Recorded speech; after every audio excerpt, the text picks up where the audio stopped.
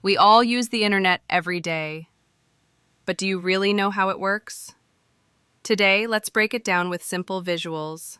How the internet works. When you open a website on your phone or laptop, the first thing that happens is your device sends a request to your Wi-Fi router or mobile network. The router then sends that request to your internet service provider, also called ISP, like Airtel, Geo, or BSNL.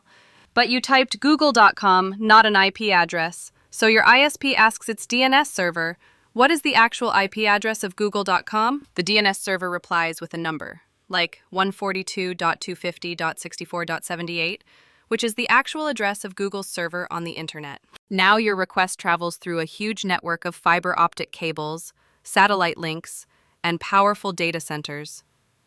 This is what we call the internet backbone. Google's web server receives your request and sends back the website data through the same path, back to your device. In just a few milliseconds, the website appears on your screen. Like magic. So next time you use YouTube, Instagram, or WhatsApp, remember, a lot of invisible technology is working in the background. If you liked this easy explanation, don't forget to like, subscribe, and comment what topic you want next.